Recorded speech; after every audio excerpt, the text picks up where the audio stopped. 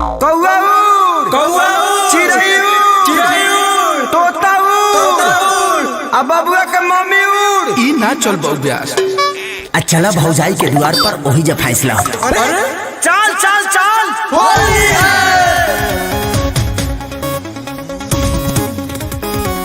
आओ भी आराम तो। क्या बात है। अरे खोला ये भौजाई गेट खोला, कहाँ लुकाई बड़ू? अरे का देखा तरह सा डाला सला डाल डाल। 6 महीना के भइल बा बबुआ, तहरा कपारे दे बर चढ़ल फगुआ। सारा रारा जगीरा सारा रारा करे लखुआई ओइल हमरा दुआर। सारा गुंडा कर दे छोड़ाइब तोहार। अरे भाग तोरा बहिनी के। अरे तो गाड़ी देती है रे। 6 महीना के भइल बा बबुआ, तहरा कपारे दे बर चढ़ल फगुआ। रंग ढलो आगले खालो हरी। कि तोहरा लाल किला पर अरे गादा को दो ब्यास। होली में झंडा फहरी। ए मम्मी तू क्या चिल्लाता रे? अरे तू चुप रह। अरे बेटा तोर अंकल है या अंकल ना भाग बलो। ना। कि तोहरा लाल किला पर होली में झंडा फहरी। लइका सुता के भौज चली आवा बहरी। लइका सुता के भौज चली आवा बहरी। लइका सुता के भौज चली आवा आजा भाऊजी।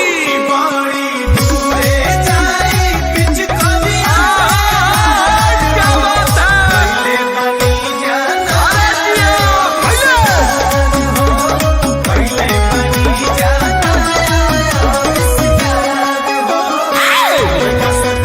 आजा आजा। ए ना कोने ना बंद बाहोए उता गोई ना चलाते। कूद कूद के खेलती फगुआ, इहे दिल में हलता। ई का कहलू भौजी। सही कहता ने। पलना भरम भौजी, छोड़ सरम भौजी। होलिया में मार्केट कई के फायदा गरम भौजी। दादा दादा।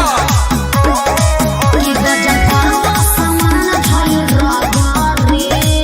अरे अखिया में गए रे। तोहरा लाल किला पर का बोला?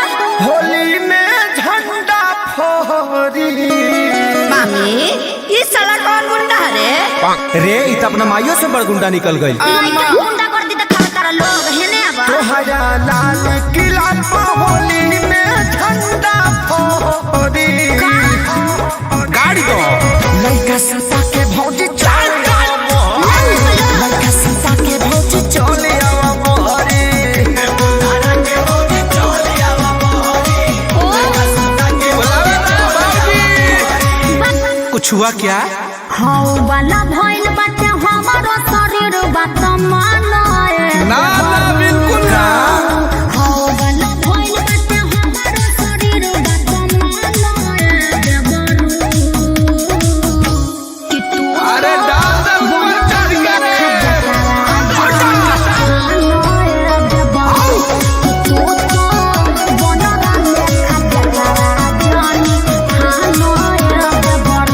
ढेर बाबू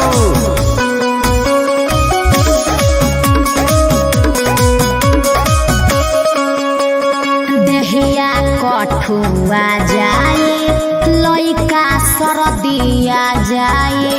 भैया के तोहरा पता चली, निमने होलरी भजा जाए। अवली सुधी भौजी होई कूद कूदी भौजी।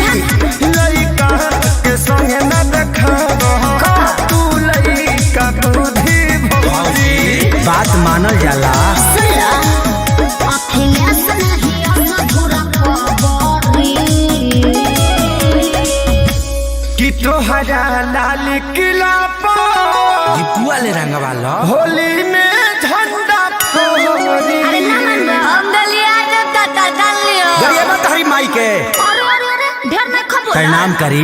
कि तोहरा लाल किला पर होली में झंडा फहरी। लइका सुता के भौज चल आवा बहरी। लइका सुता के भौज चल आवा बहरी। अरे जिया ले कोसियो